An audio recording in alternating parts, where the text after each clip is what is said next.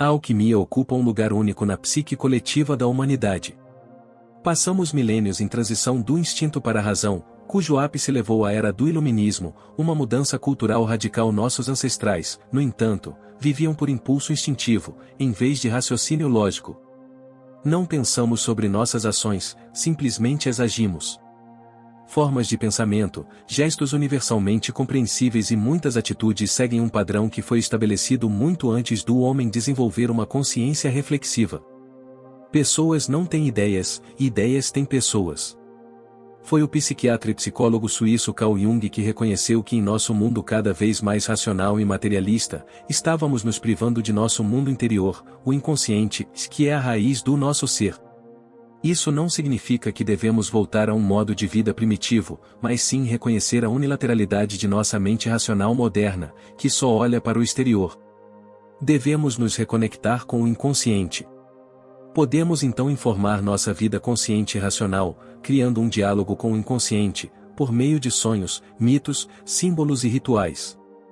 O sonho é uma pequena porta escondida nos recessos mais íntimos e secretos da alma, abrindo-se para aquela noite cósmica que era a psique muito antes de haver qualquer consciência do ego, e que permanecerá psique não importa o quão longe nossa consciência do ego se estenda.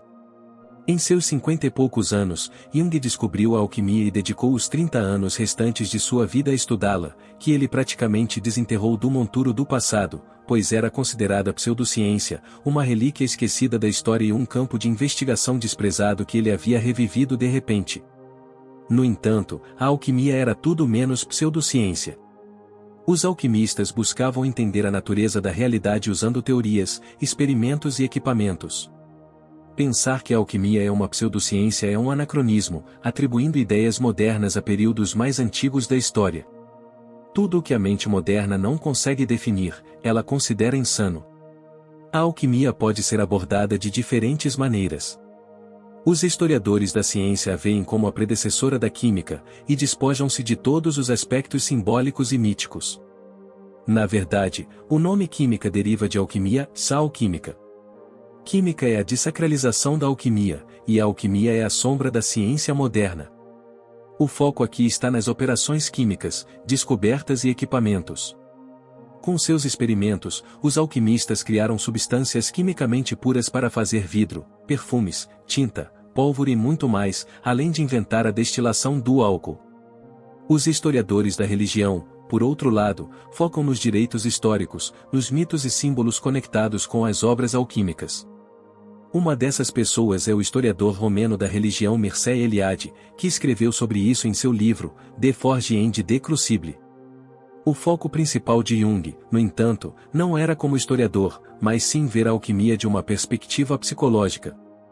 Ele escreve: a redescoberta dos princípios da alquimia veio a ser uma parte importante do meu trabalho como pioneiro da psicologia. Aos 50 anos, Jung havia desenvolvido a maior parte do que ele é conhecido como fundador da psicologia analítica, tipos psicológicos, complexos, arquétipos, sincronicidade, o inconsciente coletivo, o self, individuação e muito mais, que ele vinha estudando e desenvolvendo desde sua ruptura com Freud. Agora, seu foco era reforçar suas ideias de que o inconsciente coletivo é uma realidade, isso que ele observou em muitos de seus pacientes, e que o self se desenvolve por meio da individuação, e ele se interessou em encontrar outras fontes como material comparativo para sua psicologia. Ele chamou isso de método de amplificação, que permite que alguém aumente o volume do material inconsciente, usando paralelos alquímicos, mitológicos, religiosos e culturais. Jung finalmente encontrou o elo perdido. Como ele escreve, mas quando comecei a entender a alquimia, percebi que ela representava o elo histórico com o gnosticismo e que, portanto, existia uma continuidade entre o passado e o presente. Fundamentado na filosofia natural da Idade Média, a alquimia formou a ponte, por um lado, para o passado, para o gnosticismo, e, por outro, para o futuro, para a psicologia moderna do inconsciente. Jung descobriu que muitos dos símbolos alquímicos estavam abordando a mesma coisa que ele estava buscando em seu trabalho psicológico anterior, e eram surpreendentemente semelhantes às imagens oníricas de muitos de seus pacientes. Ele acreditava que os símbolos alquímicos eram produtos do inconsciente coletivo que apareciam para as almas atormentadas dos alquimistas, que eram precursores de sua psicologia analítica. Textos alquímicos antigos nos fornecem uma riqueza de insights simbólicos sobre a mente humana e os comportamentos humanos que continuam a ser vitalmente relevantes.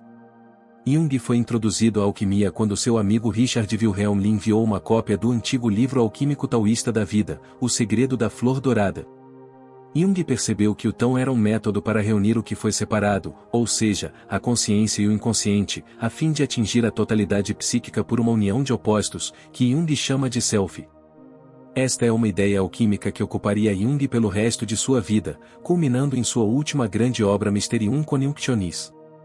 A princípio, Jung hesitou em abordar a alquimia, percebendo quanto trabalho isso envolveria. No entanto, ele chegou à conclusão de que isso tinha que ser feito, pois havia muita coisa enterrada no assunto da alquimia que era importante para uma melhor compreensão de nós mesmos. Jung começou com a alquimia oriental, mas logo a alquimia ocidental se tornou seu foco principal. Antes de nos aprofundarmos na alquimia, exploraremos primeiro a ideia de totalidade e do self. Todos nós nascemos inteiros, mas somos fragmentados à medida que ganhamos um senso de eu. Isto é conhecido como eixo ego-self, onde a primeira metade da vida é a separação ego-self, e a segunda metade da vida é a reunião ego-self. Há uma linha conectando o ego com o self, como um canal. Jung escreve: o self não é apenas o centro, mas também toda a circunferência que abrange tanto o consciente quanto o inconsciente, é o centro desta totalidade, assim como o ego é o centro da consciência. Quando o ego se torna a única fonte de identidade em nossa vida, desconsideramos a outra metade de nossa personalidade, o inconsciente, resultando em unilateralidade e dissociação psíquica. Nossa tarefa é recuperar nossa unidade original que tínhamos quando crianças, antes de desenvolver o ego. Isso é conhecido como totalidade original, o self original. Tornar-se como uma criança não é uma regressão, mas uma recuperação da unidade. Embora também possa assumir uma forma negativa se alguém busca o círculo protetor da mãe e não quer assumir a responsabilidade de se tornar independente, isso é visto no chamado homem-criança ou que nunca o cresceu. Todos nós temos uma criança interior arquetípica em nós, mesmo quando envelhecemos, a ideia de puera eternus ou eterna juventude, integrar esse arquétipo em nossa vida adulta pode ser altamente benéfico. Para Nietzsche, a criança é a metamorfose final para nos tornarmos quem realmente somos. A criança é inocência e esquecimento, um novo começo, um jogo, uma roda autopropulsora, um primeiro movimento, um sim sagrado. Brincar é uma parte essencial da nossa vida e é tristemente colocado em segundo plano quando crescemos e desenvolvemos nosso ego, embora inconscientemente ansiamos por isso. As crianças projetam significado em objetos e vivem em animismo, onde os objetos são animados em formas vivas. O sujeito está mais conectado com os objetos. Jung escreve: do princípio dinâmico da fantasia é a brincadeira, uma característica também da criança, e como tal parece inconsistente com o princípio do trabalho sério. Mas sem brincar com a fantasia, nenhuma obra criativa jamais nasceu. A dívida que temos com o brincar da imaginação é incalculável. Integrar nossa criança interior leva a um estado elevado de consciência, que não possuíamos quando nascemos. Nós nascemos integrados, desintegramos e precisamos nos reintegrar, esse é o processo de autorrealização. Não há integração sem desintegração. A totalidade é alcançada por meio de trabalho interno constante, somente após 100 dias de trabalho consistente, somente então a luz é genuína, somente então pode-se começar a trabalhar com o fogo espiritual. A luz é um estado agudo de consciência que revela áreas do inconsciente que geralmente estão cobertas. Jung escreve: já passou da hora de percebermos que é inútil louvar a luz e pregá-la se ninguém pode vê-la. É muito mais necessário ensinar às pessoas a arte de ver. Tornar-se inteiro não é um processo linear, mas sim de circunambulação, um processo no qual tudo se relaciona com o centro. Jung escreveu: comecei a entender que o objetivo do desenvolvimento psíquico é o self. Não há evolução linear, há apenas uma circunambulação do self. Esse insight me deu estabilidade, e gradualmente minha paz interior retornou. Eu sabia que ao encontrar o mandala como uma expressão do eu tinha alcançado o que era para mim o máximo. Talvez outra pessoa saiba mais, mas não eu. Estar no centro é ser aliviado da ansiedade, do sofrimento e da desesperança, que são os aspectos da borda do círculo, o temporal, dinheiro, prazer, fama, poder, etc. Um manuscrito medieval retrata um rei que vive na borda da roda, que se move em um processo sem fim de eu estou reinando, eu reinei, eu perdi meu reino e eu reinarei. No centro está a figura de Cristo, um símbolo do self. Estar no centro é experimentar o êxtase, ficar fora de si mesmo sem deixar de ser si mesmo. Os antigos filósofos gregos chamavam isso de estado de apatia, de não confundir com apático, é um estado de sabedoria e tranquilidade, de não ser perturbado pelas flutuações emocionais selvagens, de ser indiferente ao que acontece com você na vida e seguir com o que a vida joga em você. Observar o que realmente acontece, em vez de nossa percepção do que acontece, permite acalmar nosso tornado interno e paixões terrenas. Os estoicos praticavam o que é conhecido como a dicotomia do controle, focar no que está sob seu controle, e não no que está fora de seu controle. A apatia não é, no entanto, um estado permanente e isso seria um feito sobre-humano, é antes um estado temporário em pessoas que estão mais em sintonia com sua alma, o que para Jung é o alinhamento do ego de alguém com o self, a fonte de nutrição espiritual. Isso é característico do arquétipo do velho sábio e da velha sábia. Outros são mais afetados pela ansiedade e pelo sofrimento, porque vivem na borda da roda ou do ego, onde a vida se torna um ciclo vicioso. As pessoas farão qualquer coisa, não importa o quão absurdo, para evitar encarar sua própria alma. Estar sozinho consigo mesmo pode levar à solidão no positivo ou à solidão no negativo. Se você está solitário quando está sozinho, você está em má companhia. Passar algum tempo sozinho consigo mesmo e com o seu inconsciente pode ser uma rica fonte de nutrição espiritual e é a chave para a autorrealização. É somente confrontando o nosso inconsciente que podemos nos tornar inteiros. Jung escreve, como médico, é minha tarefa ajudar o paciente a lidar com a vida.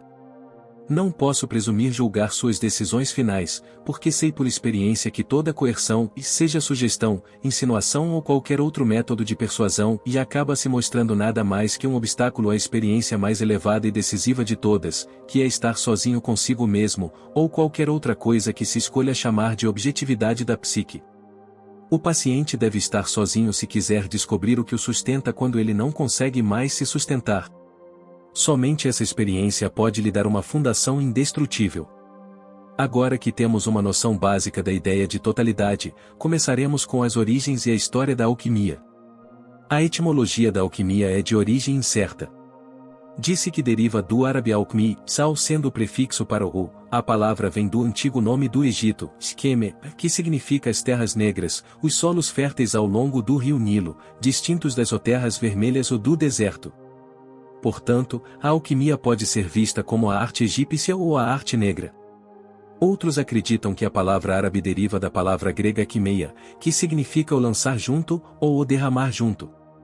O termo alquimia pode muito bem ser uma mistura dessas diferentes fontes. Não está claro onde a alquimia apareceu pela primeira vez, se foi no Egito, China, Índia ou algum lugar no Oriente Médio, ou se aconteceu em vários lugares ao mesmo tempo. Muitos deles trocaram suas diferentes crenças, práticas e conhecimentos ao longo da Rota da Seda, que também era uma rota intelectual. De acordo com muitos estudiosos, no entanto, a alquimia pode ser rastreada até o Egito. Os filósofos pré-socráticos e gregos antigos lidavam principalmente com o pensamento racional e princípios naturais para entender o mundo, e fizeram poucos ou nenhum experimento. Eles surgiram com os conceitos básicos ainda válidos na física moderna, nos conceitos de matéria, espaço, tempo e átomo, e muitos deles buscavam entender o mundo por meio de um dos 4 elementos, o fogo, água, ar e terra. Os egípcios, por outro lado, lidavam principalmente com a matéria e, embora tivessem ideias religiosas, não possuíam a base filosófica que os gregos tinham. Uma quantidade enorme da energia dos egípcios era direcionada para a vida após a morte, e sua principal preocupação era que os tipos certos de rituais fossem realizados para que a vida eterna após a morte fosse assegurada da maneira correta. A distinção entre matéria e espírito não foi feita pelos egípcios. Se você fosse ter vida eterna, você precisava de um corpo que vivesse para sempre. Esse era o propósito da mumificação. O principal procedimento químico consistia em banhar o cadáver em uma base de bicarbonato de sódio.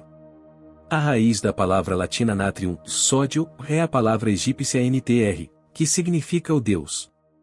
Mumificação significava banhar o cadáver em substância de Deus, até que ele estivesse completamente encharcado nela. Como tal, a pessoa se tornava eterna e idêntica ao cosmos. As tendências da civilização grega e egípcia se juntaram e se uniram em um casamento muito frutífero, do qual a alquimia foi sua filha. Como tal, a alquimia nasceu como um híbrido de filosofia grega e transformação material e simbolismo egípcio. A figura central na alquimia é Hermes Trismegisto, ou 3 vezes Grande Hermes, cujo nome é derivado do antigo deus egípcio Toto, e sua contraparte grega Hermes, o mensageiro dos deuses e Psicopompo. A filosofia de Hermes é conhecida como Hermetismo, e ele é o autor da Tábua de Esmeralda, que supostamente contém todo o conhecimento da filosofia e prática da alquimia, em apenas algumas linhas. É a fonte de talvez a máxima alquímica mais importante, como em cima, assim embaixo. O mundo interior, microcosmo, e o mundo exterior, macrocosmo, são um e o mesmo, como dentro, assim fora. O reino imortal e eterno do mundo interior corresponde à realidade física imortal do mundo exterior que todos nós experimentamos. Ao transformar a nós mesmos, transformamos o mundo, ao transformar o mundo, transformamos a nós mesmos. A consciência humana se expande e abraça a consciência cósmica. A gota retorna ao oceano, e a centelha à chama. Em seu livro, Jungian de Alchemical Imagination, Jeffrey Raff divide a história da alquimia em 3 fases principais: a alquimia helenística, de 200 a.C. até 600 d.C., ou alquimia árabe, estendendo-se até cerca de 600 d.C. de 1000, e a alquimia latina, continuando de aproximadamente 1100 a 1700. A história da alquimia passou por seu próprio processo de morte e renascimento. O alquimista Zosimos escreveu sobre Maria Profetissa, que alguns estudiosos consideram uma das fundadoras da alquimia. Ambos viveram no Oriente Médio, por volta de depois de Cristo.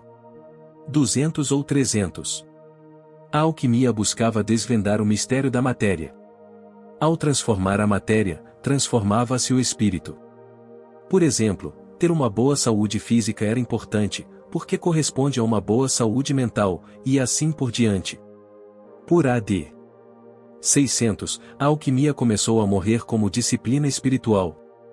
Mais tarde, ela seria revivida nas conquistas muçulmanas quando os árabes descobriram os textos alquímicos gregos e egípcios e continuaram a tradição. Os mais interessados na alquimia eram os sufis, que escreveram sobre imaginação, o poder da mente e estados visionários. Jabir ibn Hayyan é considerado o mais famoso dos alquimistas árabes, tendo morrido por volta de 800 d.C. A alquimia começou a desaparecer novamente, até que outra guerra aconteceu. Desta vez foram as Cruzadas. Os cruzados descobriram os textos gregos que os árabes tinham levado e os trouxeram de volta para a Europa. Isso deu início ao período latino da alquimia. Um dos alquimistas mais famosos desse período foi Paracelso, que estava mais preocupado com o lado médico e prático da alquimia. Ele também estava interessado na criação do homúnculo, a representação de um pequeno ser humano artificial. Por volta de 1700, o método científico nasceu, e a alquimia foi taxada de fraudulenta, absurda e heresia. As pessoas começaram a se concentrar no atraso e na superstição do passado, e no iluminismo e no mundo racionalista da modernidade. No entanto, um dos maiores cientistas, Isaac Newton, continuou a estudar alquimia pelo resto de sua vida, e produziu cerca de 1 milhão de palavras em obras alquímicas. Após sua morte, a maior parte foi queimada, por medo de arruinar sua reputação. Foi somente no século XX que Jung trouxe a alquimia de volta à vida como psicologia. A alquimia é popularmente conhecida como a arte da transmutação, mais notavelmente, transformando o chumbo em ouro. Esse processo é conhecido como crisopeia, fabricação de ouro. O chumbo era frequentemente associado como o mais básico dos metais, é opaco, macio, inútil para fazer ferramentas e venenoso. Existem 7 metais primários na alquimia, que têm 7 influências planetárias: ouro, Sol, prata, Lua, cobre, Vênus, ferro, Marte, estanho, Júpiter, Mercúrio, e chumbo, Saturno. Para os hindus, estes também correspondem aos 7 chakras do corpo. Se os alquimistas alguma vez foram capazes de produzir ouro artificial é desconhecido. Parecia ser o objetivo dos alquimistas e compôs milhares de anos de comportamento sério. Para Jung, no entanto, a tarefa era e sempre foi psicológica. O produto final não é material por natureza, mas sim espiritual. A alquimia é a arte de expandir a consciência, de autorrealização. Há nas coisas naturais uma certa verdade que não pode ser vista com o olho externo, mas é percebida somente pela mente, e disto os filósofos tiveram experiência, e verificaram que sua virtude é tal que opera milagres. Transformem-se de pedras mortas em pedras filosóficas vivas. O alquimista espiritual esconde a verdade intencionalmente, para evitar que pessoas perversas ou charlatões vencidos pela ganância e posse material acessem sua sabedoria. Houve muitos alquimistas diletantes que falharam em entender a natureza espiritual e psicológica da alquimia como transformação interior. Além disso, esconder a verdade ajudou a protegê-los da perseguição de fanáticos religiosos, pois era considerada herética e resultaria em uma sentença de morte. Os alquimistas não estavam preocupados apenas com o chumbo, mas também em transformar o tipo mais baixo de matéria que se possa imaginar em carne podre, urina, veneno, fezes, etc., na expressão do tipo mais alto de matéria, ouro. Isso é conhecido como matéria base ou prima matéria, matéria primeira, que é a única coisa que compõe tudo no universo e é a fonte da vida. Há centenas de sugestões diferentes para essa substância elusiva. Psicologicamente, ela pode ser definida como nossa própria consciência. Um famoso ditado alquímico é: "Incerquilinis invenitur", na sujeira será encontrada. Aquilo que você mais valoriza na vida é encontrado nos lugares menos prováveis. Muitos trabalhos alquímicos são difíceis e aparentemente impenetráveis, é como navegar por um labirinto, mas às vezes você tropeça em uma joia. A prima matéria se expressa em uma trindade. Elas são conhecidas como tria-prima, às quais os alquimistas deram nomes de código: enxofre, alma, mercúrio, espírito, e sal, corpo. Elas compõem tudo no mundo. O processo de transformação da matéria sempre passaria por esses três princípios. Na arte alquímica da espagíria, que significa separar e recombinar, o alquimista transformaria plantas e ervas em óleo por destilação, criando óleos essenciais, a alma. No processo de fermentação, eles criariam licor, o espírito, razão pela qual chamamos o álcool de espíritos. E a destruição da planta pelo fogo criaria uma cinza, que quando lavada com água, filtrada e evaporada, deixaria cristais de sal, o corpo. Isso nos mostra que os alquimistas realmente pensavam seriamente sobre a conexão entre o mundo interior e o mundo exterior. Os alquimistas viam o corpo como todos os objetos e materiais que compõem a realidade. No entanto, esses são meros conceitos ou ideias. A realidade física não é realmente tão sólida quanto a percebemos. O mundo pode assumir uma aparência totalmente nova dependendo da nossa percepção dele. Isso é um reflexo do espírito, que é a mente. E a alma é a causa de tudo o que é. O espírito é a ponte que une corpo e alma, representado por Mercúrio, a versão romana de Hermes, que também é parente de Toto. Eles são todos o mesmo arquétipo. Em suma, a alquimia é a compreensão de como o inconsciente, seu espírito, se relaciona com a consciência, seu corpo, que para Jung representa a personalidade total de alguém, o self, a alma. Para entender a natureza da realidade, é preciso entender a prima matéria. Ao quebrá-la em suas partes componentes, o alquimista reuniria as partes de tal forma a criar uma nova substância, alterando os diferentes elementos, fogo, água, ar e terra, e qualidades, quente, frio, seco e úmido. Este é um princípio importante na alquimia, conhecido como solve e coagula, um processo de quebrar para separar e reunir, que é idêntico ao significado de espagíricos. O objetivo de transformar a prima matéria é criar o lápis philosophorum, a pedra filosofal, que é o símbolo central da alquimia. É a substância que atua como um catalisador intermediário e, ao misturá-la, transforma a matéria básica em ouro. Obter a pedra é parte do que é chamado de opus magnum, a grande obra, dos alquimistas. Os alquimistas acreditam que a obra procede do um e leva de volta ao um. Isso é expresso no famoso axioma de Maria, um tema recorrente na alquimia e símbolo da totalidade, que Jung cita: um se torna dois, dois se tornam três, e do terceiro surge o um como o quarto. Essa é a essência da pedra filosofal, cujo símbolo é o círculo quadrado. Na imagem, podemos ver todos os princípios da alquimia acontecendo. O círculo externo é uma representação da alma, cujas possibilidades são ilimitadas e infinitas. Dentro do círculo, há um triângulo, a tria prima. Então temos um quadrado, que simboliza os 4 elementos. Quando todos estes são reunidos, obtemos novamente o círculo da alma. Isto pode ser repetido em uma regressão infinita, e é o que compõe a pedra filosofal. A pedra é às vezes descrita como capaz de produzir a panaceia universal, que cura as doenças e sofrimentos da humanidade, o alcaeste ou solvente universal, capaz de dissolver qualquer substância sem destruir seu componente fundamental, o santo graal, que concede a juventude eterna, e o elixir da vida, que concede a imortalidade, e era de interesse principalmente dos alquimistas chineses. Ironicamente, muitos imperadores chineses que buscavam prolongar suas vidas morreram por beber elixires. Essas ideias devem ser tomadas como trabalho interno, não há atalhos para a autorrealização. Foi nosso desejo pela verdade e iluminação de nossa natureza que nos motivou a buscar por todos os meios possíveis por aquele algo que inconscientemente sentimos que havíamos perdido e que é nosso para readquirir. Para Jung, a pedra filosofal deve ser encontrada em nós mesmos, é o velho ditado, conhece-te a ti mesmo. A pedra alquímica, o lápis lazuli, simboliza algo que nunca pode ser perdido ou dissolvido, algo eterno que alguns alquimistas compararam à experiência mística de Deus dentro da própria alma. Geralmente, é preciso sofrimento prolongado para queimar todos os elementos psíquicos supérfluos que escondem a pedra. Mas alguma experiência interior profunda do self ocorre à maioria das pessoas pelo menos uma vez na vida.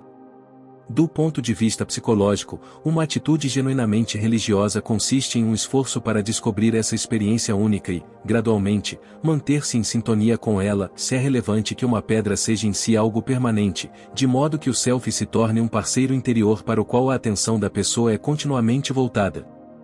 O significado psicológico da alquimia vem da projeção psicológica. A projeção nunca é feita, ela acontece, ela simplesmente está lá. Na escuridão de qualquer coisa externa ao que encontramos, há uma vida interior ou psíquica que é nossa. Jung acredita que, como era uma questão de projeção, o alquimista estava naturalmente inconsciente do fato de que a experiência não tinha nada a ver com a matéria em si. Ele experimentou sua projeção como uma propriedade da matéria, ou mais o que ele estava na realidade experimentando era seu inconsciente. Esse foi um tempo em que a mente do alquimista ainda estava lutando com os problemas da matéria, quando a consciência exploradora foi confrontada pelo vazio escuro do desconhecido, no qual figuras e leis eram vagamente percebidas e atribuídas à matéria, embora realmente pertencessem à psique.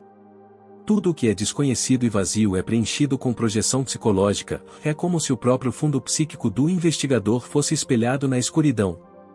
O que ele vê na matéria, ou pensa que pode ver, são principalmente os dados de seu próprio inconsciente que ele está projetando nela.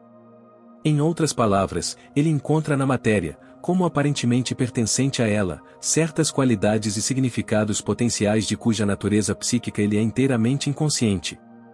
Este procedimento não foi, é claro, intencional ou foi uma ocorrência involuntária. Há uma existência psíquica que precede a consciência. De tempos em tempos, recebemos mensagens deste reino por meio de sonhos, fantasias, intuições, visões e assim por diante, e é a partir delas que tiramos a conclusão de uma existência psíquica em nós mesmos que é totalmente diferente da nossa mente consciente. Assim, existe na alquimia uma quantidade espantosa de material do inconsciente, produzido em uma situação em que a mente consciente não seguiu um programa definido, mas apenas buscou. Este é um ponto importante. As conclusões são espontâneas, em contraste com outros materiais simbólicos que sempre foram revisados. A alquimia contém uma coleção de símbolos arquetípicos com um mínimo de personificação.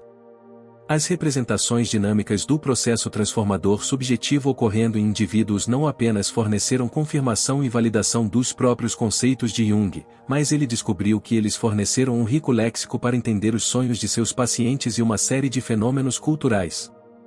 Para nos tornarmos quem somos, requer uma reconexão com os instintos, com o inconsciente e o mundo mítico.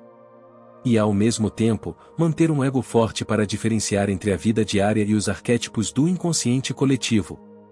É preciso saber a diferença para aplicar o pensamento racional e o comportamento ético aos produtos do inconsciente sem ser sobrecarregado por eles ou se curvar a eles, mas também sem ignorá-los e tratá-los como se fossem sem sentido. Quando alguém se fecha completamente do inconsciente, também se fecha da energia que vem desses símbolos. Isso pode levar à alienação e à depressão. Meditação, oração, sonhos, etc., são todos processos de cura que nos permitem reintegrar nossos eus fragmentados, nos alinhar e estar em harmonia conosco mesmos. Isso não pode ser feito por raciocínio lógico, é um modo de ser participativo e existencial. A união de opostos em um nível mais alto de consciência não é algo racional, nem é uma questão de vontade, é um processo de desenvolvimento psíquico que se expressa em símbolos. A maneira de atrair o inconsciente para a consciência é interagindo com símbolos, que são a linguagem do inconsciente. Estamos constantemente cercados por símbolos em nossa vida diária, isso tem sido assim desde tempos imemoriais. E embora estejamos menos cientes deles do que nossos ancestrais, porque criamos um ambiente artificial e um estilo de vida que em muitos casos vai contra nossos impulsos instintivos, eles ainda estão muito vivos em nosso inconsciente e desempenham um papel importante em nossas vidas. Buscar símbolos é como pescar no oceano do inconsciente. Carregar muitos fará seu barco afundar, isso representa inflação do ego e arrogância, mas não carregar nenhum símbolo fará você se sentir vazio, e sem energia, a vida parece sem cor, a vida se torna sem sentido. Como um pescador que retorna para casa após um longo dia sem peixe, a alma permanece faminta. Jung desenvolveu sua própria técnica para se envolver com símbolos, que ele chamou de imaginação ativa. O inconsciente tem 1000 maneiras de extinguir uma existência sem sentido com surpreendente rapidez. O trabalho dos alquimistas é repleto de símbolos. Como o Ouroboros, o devorador de caudas, que retrata uma cobra ou dragão comendo sua cauda. Acredita-se que seja o símbolo alegórico mais antigo da alquimia, que aparece na Crisopeia de Cleópatra, a alquimista, simbolizando o conceito de eternidade e retorno infinito, associado à máxima um é tudo, e tudo é um. Às vezes, um alquimista era iniciado por um professor, que deliberadamente confundia o aluno. Eles não lhe diziam o que realmente queriam dizer, porque queriam que você descobrisse por si mesmo. Se o professor contasse todos os seus segredos ao aluno, não haveria trabalho interno, apenas uma transmissão desapegada de conhecimento sem nenhuma transformação no indivíduo. É preciso trabalhar com o material até chegar a uma realização que impacte sua vida. Ouro é o valor mais alto na consciência, a realização do self. Para atingir esse estado, no entanto, precisamos primeiro desintegrar nossa consciência do ego. Se tornam muitos, como todas aquelas figuras que aparecem acima da cabeça do meditador no livro alquímico taoísta da vida que introduziu Jung à alquimia.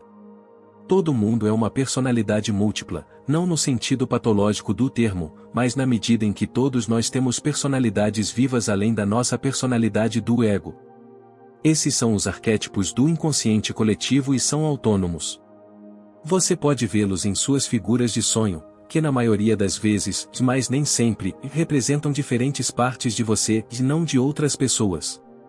Isso parece bem bizarro para nós quando pensamos sobre isso, pois é completamente contrário à nossa vida cotidiana normal.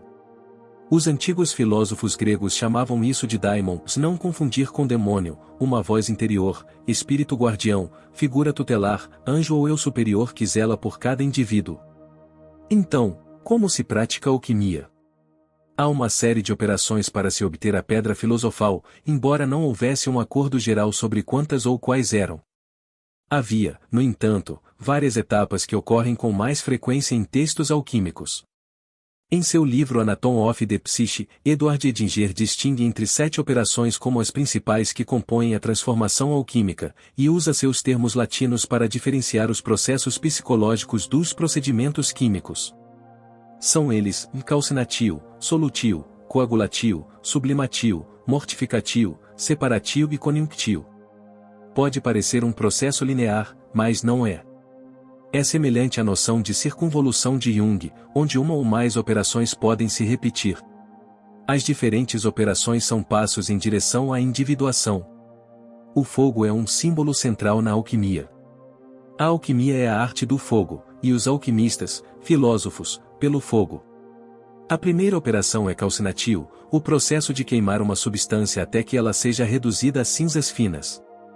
Quando a alma é queimada com fogo, ela é luxuriosa, ciumenta, frustrada ou raivosa.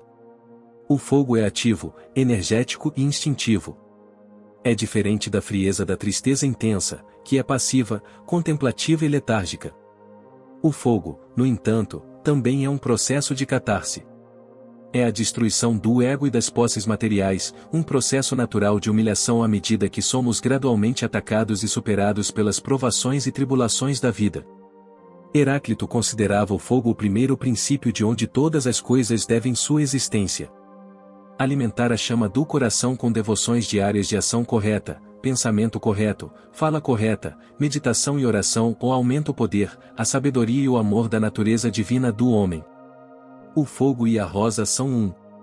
Estamos satisfeitos com a profundidade de nossa alma em ouvir que o fogo da transformação e a flor do renascimento são um e o mesmo. A expressão, Deus é um fogo consumidor ou é bem conhecida nas escrituras sagradas. Os serafins, os que queimam, são seres celestiais de fogo que voam ao redor de Deus clamando: "O Santo, Santo, Santo, é o Senhor Deus Todo-Poderoso." O fogo queima todos os nossos erros e mentiras, somente a verdade sobrevive ao fogo. A segunda operação na alquimia é solutio. Enquanto calcinatio simboliza fogo, solutio pertence à água. Alguns textos a consideram a raiz da alquimia. É o processo de transformar um sólido em líquido. É uma dissolução adicional do ego e imersão nas profundezas escuras do oceano, o inconsciente. A terceira operação é coagulatio, que representa a terra, transformando o líquido de volta em sólido. Ela assume uma forma fixa, pesada e permanente. É a queda do espírito para a carne, do céu para a terra. Para algo ter se tornado terra significa que foi concretizado em uma forma particular, tornou-se ligado a um ego. Expor-se à vida diária e ao trabalho duro solidifica a personalidade. Jung escreveu: "Eu fiquei sem eletricidade e cuido da lareira e do fogão eu mesmo. À noite, acendo as lâmpadas velhas. Não há água corrente e eu bombeio a água do poço. Eu corto a lenha e cozinho a comida." Esses atos simples tornam o homem simples, e como é difícil ser simples. É importante ter uma âncora forte na realidade ao interagir com o inconsciente, e não se perder no pensamento abstrato, em detrimento da vida prática, o que leva à depressão e à melancolia. Ações falam mais alto que palavras. Além disso, quando alguém assume a responsabilidade tornando seus conteúdos inconscientes conscientes, ele está caminhando em direção à autorrealização. A palavra humildade vem do latim humus, que significa terra. Uma pessoa humilde é pé no chão. Humano é derivado da mesma palavra, alguém que é aterrado. Humildade contém uma rica fonte de nutrientes, que nos cura. A quarta operação é a sublimatio, referente ao ar. Ela transforma o material em vapor, que surge do topo do recipiente alquímico e era visto como espírito, em contraste com o material. A reunião do corpo com o espírito é um processo de elevação onde uma substância baixa é traduzida para uma forma superior por um movimento ascendente. É como respirar o ar puro da montanha após uma subida difícil. Quando temos um problema e olhamos para ele de cima, muitas vezes ele deixa de ser um problema, pois ganhamos objetividade psíquica. Sublimatio é associado a escadas, degraus, nuvens, carruagens, etc. O processo é libertador, mas também perigoso, pois pode levar alguém a alturas insuportáveis, pode ser desastroso ficar preso no céu. Um jovem relembra vários sonhos que teve: "Uma vez sonhei que tinha subido uma escada para uma plataforma alta, e que então alguém removeu a escada, de modo que fiquei preso na altura sem nenhuma maneira de descer novamente. Outra vez eu estava subindo uma escada quilômetros acima da superfície da terra com algo me impulsionando para a frente. Não ousei olhar para baixo com medo de ficar tonto e largar o degrau. É preciso uma subida tanto quanto uma descida. Este é o paradoxo. Nietzsche expressa isso lindamente: o homem é uma corda, amarrada entre a besta e o super-homem, uma corda sobre um abismo. Uma travessia perigosa, um perigoso caminho, um perigoso olhar para trás, um perigoso estremecimento e parada. O que é grande no homem é que ele é uma ponte e não um fim, o que é amável no homem é que ele é um transbordar e um descer. Como diz um ditado alquímico, sublimar o corpo e coagular o espírito. O movimento ascendente eterniza, o movimento descendente personaliza. Esse processo é expresso na tábua de esmeralda, que se refere ao princípio único da alquimia. Ele sobe da terra para o céu, e desce novamente para a terra, e recebe o poder do acima e do abaixo. Assim você terá a glória do mundo inteiro. Portanto, toda a escuridão fugirá de você. Nossa felicidade não deve ser baseada em algo que seja ilusório. Quanto menos desejos terrenos alguém tem, mais rico ele realmente se torna. As ilusões nos prendem a um falso senso de limitação humana e nos escravizam ao nos seduzir a nos entregarmos a coisas que dificultam o desenvolvimento da alma. O resto das operações assume uma forma diferente dos 4 elementos. Durante o processo de transformação da matéria, os alquimistas viriam diferentes estágios ou mudanças de cor acontecerem: vinegredo, escurecimento, albedo, esbranqueamento, citrinitas, amarelamento, e rubedo, avermelhamento. Após o século XV, no entanto, as cores foram reduzidas a 3, e o amarelo caiu em desuso ou raramente era mencionado, pois se fundiu com o estágio final. O nigredo é uma morte espiritual. É somente tendo a coragem de abandonar as velhas ideias e limitações que estão bloqueando o desenvolvimento, que se pode abrir a porta para uma nova percepção, transformando-se em um novo eu. Como Nietzsche escreveu, a cobra que não consegue trocar de pele tem que morrer. Assim como as mentes que são impedidas de mudar suas opiniões, elas deixam de ser mente. O guia para esse insight não é apenas a experiência adquirida na vida, mas também ouvir o inconsciente, que é nosso guia final na vida. O sujeito deve estar aberto e ciente de seu inconsciente e abordá-lo de forma honesta. O nigredo representa a 5ª operação alquímica, mortificatio. Podemos observar esse processo na natureza, como a decomposição de corpos, a queda de folhas, o apodrecimento de frutas, etc., onde os nutrientes são reciclados de volta para a terra. A ideia de algo ficar preto é matéria começando a morrer e apodrecer, putrefactio. O nigredo é visto como a mais negativa das operações, e frequentemente chamado de o preto mais preto que preto, um lugar sem luz. É a noite escura da alma. O processo é uma purgação da horrível escuridão da nossa mente. Este estágio é representado pelo corvo e inclui morte, sofrimento, tristeza, depressão, solidão, cansaço da vida e suicídio. É visto naqueles que vivenciam uma crise de sentido na vida, que se sentem engolidos pelo chão, e a única saída é começar seu trabalho interior. O estado de horror, no entanto, é tão insuportável que buscamos qualquer coisa para calá-lo, e assim nos entorpecemos de prazer. Quando começamos a nos sentir desconfortáveis e cientes de que algo não está certo, mas não sabemos o que é, e estamos em um estado de massa confusa, de caos interior. É a voz da vida não vivida. Se prestarmos atenção a isso, começamos a ver coisas que não gostamos de ver em nós mesmos, mas que podem ser muito valiosas. Nesse estado, deve-se perguntar a si mesmo: qual é a próxima coisa certa que eu posso realmente fazer, além de nada? O nigredo é um momento de desespero máximo, que é um pré-requisito para a mudança e transformação. É um processo de separar o joio do trigo. Quando você chega a essa solidão consigo mesmo, quando você está eternamente sozinho, e você é forçado a entrar em si mesmo e está fadado a se tornar consciente de seu passado. O portal para a paz é estreito, e ninguém pode entrar, exceto pela aflição da alma. Para Jung, o nigredo é o confronto com a própria sombra imaterial e inconsciente. Ele escreve: o autoconhecimento é uma aventura que nos leva inesperadamente para longe e para o fundo. Mesmo um conhecimento moderadamente abrangente da sombra pode causar uma boa dose de confusão e escuridão mental, uma vez que dá origem a problemas de personalidade que nunca se tinha imaginado antes. Só por esta razão podemos entender por que os alquimistas chamavam seu nigredo de melancolia, um negro mais negro que o negro. No auge do desespero e da escuridão, no entanto, é onde de repente uma iluminação vem de cima. Não há luz sem sombra e nenhuma totalidade psíquica sem imperfeição. Para se completar, a vida não pede perfeição, mas completude, e para isso é necessário o espinho na carne, o sofrimento dos defeitos sem os quais não há progresso nem ascensão. É o arquétipo do curador ferido, estar em casa na escuridão do sofrimento e ali encontrar germes de luz e recuperação. Este é um processo de cura, Jung chama esse processo de enantiodromia, a união dos opostos. Quanto maior a tensão, maior é o potencial. Grande energia brota de uma tensão correspondentemente grande de opostos. Antes do segundo estágio, o albedo, e há uma fase de transição chamada cauda pavonis, a cauda do pavão, na qual muitas cores aparecem. O albedo é a lavagem das impurezas, um batismo, representado pela pomba. Isso leva ao sexto passo, a separatio, a consciência dos opostos, de nigredo e albedo.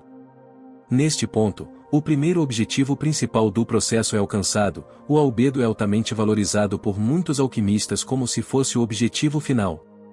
É a condição feminina ou lunar, que permite criar prata. No entanto, alguns submeteram a matéria branca a outra morte, tornando-se preta mais uma vez. Se bem-sucedido, levaria ao estágio final, o rubedo. O portal para a paz é estreito, e ninguém pode entrar, exceto pela aflição da alma. Para Jung, o nigredo é o confronto com a própria sombra imaterial e inconsciente. Ele escreve: o autoconhecimento é uma aventura que nos leva inesperadamente para longe e para o fundo. Mesmo um conhecimento moderadamente abrangente da sombra pode causar uma boa dose de confusão e escuridão mental, uma vez que dá origem a problemas de personalidade que nunca se tinha imaginado antes. Só por esta razão podemos entender por que os alquimistas chamavam seu nigredo de melancolia, um negro mais negro que o negro. No auge do desespero e da escuridão, no entanto, é onde de repente uma iluminação vem de cima. Não há luz sem sombra e nenhuma totalidade psíquica sem imperfeição. Para se completar, a vida não pede perfeição, mas completude, e para isso é necessário o espinho na carne, o sofrimento dos defeitos sem os quais não há progresso nem ascensão. É o arquétipo do curador ferido, estar em casa na escuridão do sofrimento e ali encontrar germes de luz e recuperação. Este é um processo de cura, Jung chama esse processo de enantiodromia, a união dos opostos. Quanto maior a tensão, maior é o potencial. Grande energia brota de uma tensão correspondentemente grande de opostos. Antes do segundo estágio, o albedo, e há uma fase de transição chamada cauda pavonis, a cauda do pavão, na qual muitas cores aparecem. O albedo é a lavagem das impurezas, um batismo, representado pela pomba. Isso leva ao sexto passo, a separatio, a consciência dos opostos, de nigredo e albedo. Neste ponto, o primeiro objetivo principal do processo é alcançado, o albedo é altamente valorizado por muitos alquimistas como se fosse o objetivo final. É a condição feminina ou lunar, que permite criar prata. No entanto, alguns submeteram a matéria branca a outra morte, tornando-se preta mais uma vez. Se bem-sucedido, levaria ao estágio final, o rubedo. A cor vermelha é associada ao sol, ao ouro e à pedra filosofal, pondo fim à grande obra. Busque o frio da lua e você encontrará o calor do sol. Este é o despertar, onde a fênix se ergue e renasce do fogo. Paramos de temer a escuridão, uma vez que sabemos que a fênix em nós se erguerá das cinzas. Só aquilo que pode destruir a si mesmo está verdadeiramente vivo. O vermelho e o branco são rei e rainha, o sol e a lua, que nesta fase, podem celebrar o hieros gamos, casamento sagrado, levando à fase final, a conjunctio. Este passo foi particularmente importante para Jung, e representa a reunificação da prima matéria, criando a pedra filosofal. É a totalidade do Mercúrio hermafrodita, as imagens da alma contrasexuais, anima e animus, a união dos opostos que restaura alguém ao self. Jung escreve: Mercurius está no começo e no fim da obra, ele é a prima matéria, o caput corvi cabeça de corvo, o nigredo, como dragão ele se devora e como dragão ele morre, para ressurgir como lápis. Ele é o jogo de cores na cauda pavonis e a divisão em 4 elementos. Ele é o hermafrodita que estava no começo, que se divide na dualidade clássica irmão-irmã e se reúne na conjunctio, para aparecer mais uma vez no fim na forma radiante do lumen novum nova luz, a pedra. Ele é metálico, mais líquido, matéria, mais espírito, frio, mais ígneo, veneno e ainda poção curadora, um símbolo que une todos os opostos. Alquimia é um processo de morte e renascimento espiritual. A morte é o fim ou a transição para uma nova experiência. É a jornada do herói da qual todos nós participamos. O chamado para a aventura que leva a um confronto com nosso dragão, nosso pior medo, evento, pessoa ou memória muito evitada, uma busca difícil que pode exigir muitas tentativas para ser concluída. A recompensa é acessar o baú do tesouro do nosso ouro interior, ou seja, a morte psicológica do nosso antigo eu e o nascimento de um novo e mais capaz eu, com um elixir para compartilhar a experiência com os outros. O fim do trabalho alquímico foi concebido como autoconhecimento. A alquimia busca curar o sofrimento da mente humana, da alma humana.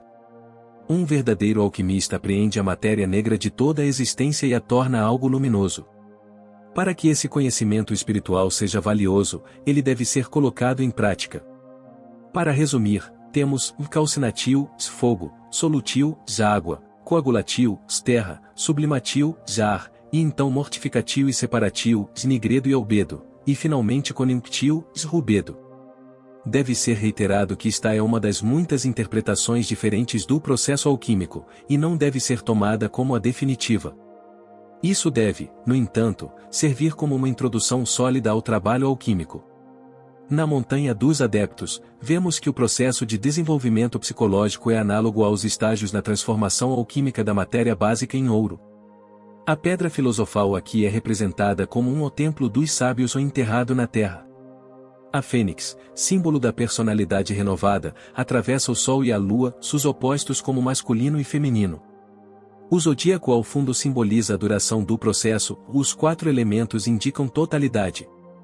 O homem vendado representa a busca vacilante pela verdade, o caminho certo é mostrado pelo investigador preparado para seguir seus instintos naturais. Um velho alquimista deu o seguinte consolo a um de seus discípulos: não importa quão isolado você esteja e quão solitário você se sinta, se você fizer seu trabalho de forma verdadeira e consciente, amigos desconhecidos virão procurá-lo. Espero que tenha gostado desse vídeo, se inscreva em nosso canal, compartilhe com seus amigos e deixe seus comentários.